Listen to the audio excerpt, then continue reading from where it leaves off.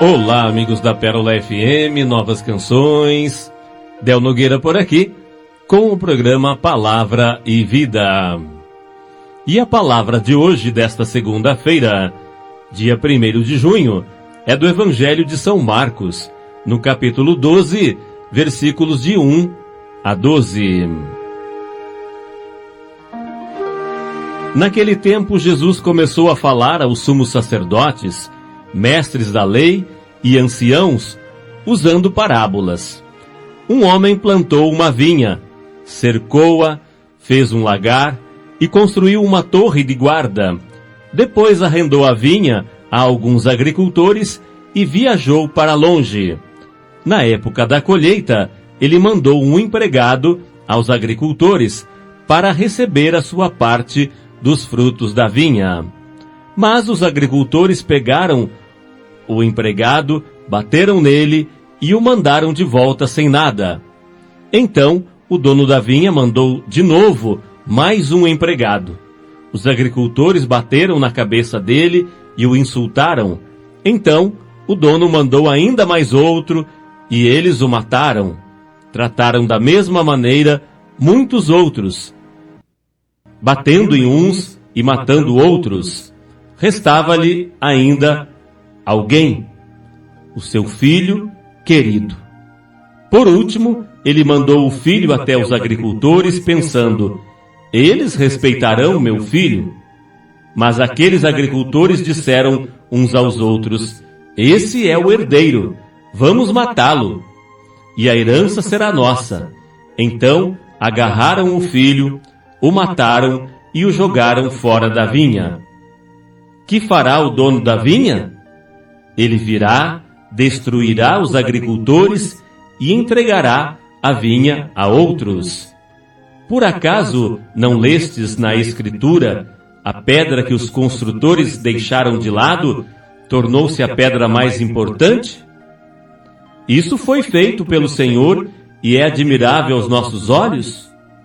Então, os chefes dos judeus procuraram prender Jesus, pois compreenderam que havia contado a parábola para eles. Porém, ficaram com medo da multidão, e por isso deixaram Jesus e foram-se embora.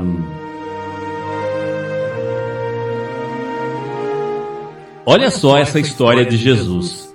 Um homem plantou uma vinha, arrendou-a e viajou para longe. No tempo combinado, mandou buscar a renda. Os rendeiros negaram-se violentamente a pagar a renda. Para entender essa história de Jesus, basta saber quem é a vinha. E quem seriam os agricultores covardes que se apossaram da vinha? Você tem alguma ideia sobre quem é a vinha? A vinha é uma unidade de produção de vinho. A plantação da uva, a colheita e a fabricação do vinho, tudo feito no mesmo lugar. O homem plantou a vinha, cercou-a, fez um lagar. O lagar é um tanque para pisotear as uvas. E até fez uma torre de guarda para garantir a segurança do lugar. A vinha, então, é uma imagem bíblica do povo de Deus. A vinha é o povo de Deus. No caso, o povo de Israel. Foi Deus quem plantou aquela vinha e aparelhou de todo o necessário para produzir um bom vinho. O vinho é uma coisa nobre, é uma representação dos frutos que aquele povo devia produzir.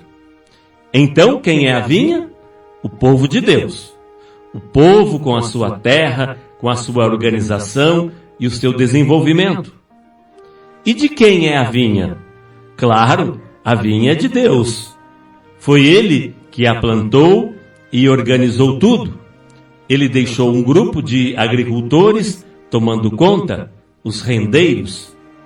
E quem seriam esses agricultores? Bom, é só prestar atenção no começo da leitura que a gente fica sabendo de quais agricultores Jesus estava falando. Vou ler o comecinho novamente.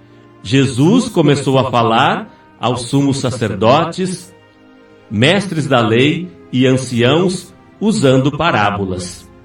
Então, quem são os agricultores que ficaram como rendeiros, tomando conta da vinha? É essa turma aí. Os sumos sacerdotes, os mestres da lei e os anciãos, os líderes do povo, os seus governantes. Eles não são os donos da vinha, mas eles devem dar conta de seu trabalho e dos frutos que a vinha produzir. Eles devem dar contas ao dono da vinha. E quem é o dono da vinha? É claro, é Deus.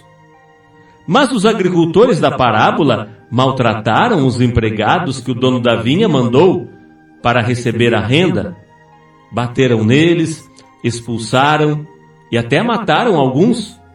E quando o dono da vinha resolveu enviar o seu filho único, o herdeiro, eles se combinaram para matá-lo. Os empregados enviados foram os profetas. E você já adivinha quem foi o filho único que o dono da vinha mandou, né? Quem foi? Claro, o próprio Jesus, que está contando a história. Então, essa parábola da palavra de hoje se aplica a tudo que é de Deus e que ficamos cuidando. A terra em que nós habitamos, a igreja, a nossa família, a nossa comunidade e até a nossa própria vida. A sua vida, por exemplo, é uma vinha que Deus plantou e dispôs muitas oportunidades para que ela produzisse muita coisa boa, um bom vinho. A sua vida é uma vinha. Você é o agricultor que ficou tomando conta da vinha. Não vá pensar que a vinha é sua. Não é, não. Não vá negar a cota que é devida ao dono da vinha. Nem tratar os emissários dele com violência. E que cota você deve dar ao dono da vinha? É bom você perguntar ao Espírito Santo de Deus, que habita em você desde o batismo. Ele vai lhe dizer alguma coisa. Mas eu já vou adiantando. Você precisa reconhecer claramente que a vinha é de Deus e que o que você consegue não é só fruto do seu suor. O dízimo, por exemplo, é uma forma de reconhecer o senhorio de Deus em sua vida. O que produzimos, o que ganhamos, o que conquistamos, não é só esforço da nossa parte. Podemos e devemos ser mais agradecidos, reconhecendo o favor de Deus, deixando-nos orientar por Ele, partilhando mais com os necessitados, honrando o nosso Deus e Senhor com o nosso louvor, com o nosso canto, com a nossa adoração e, claro, com o nosso agradecimento.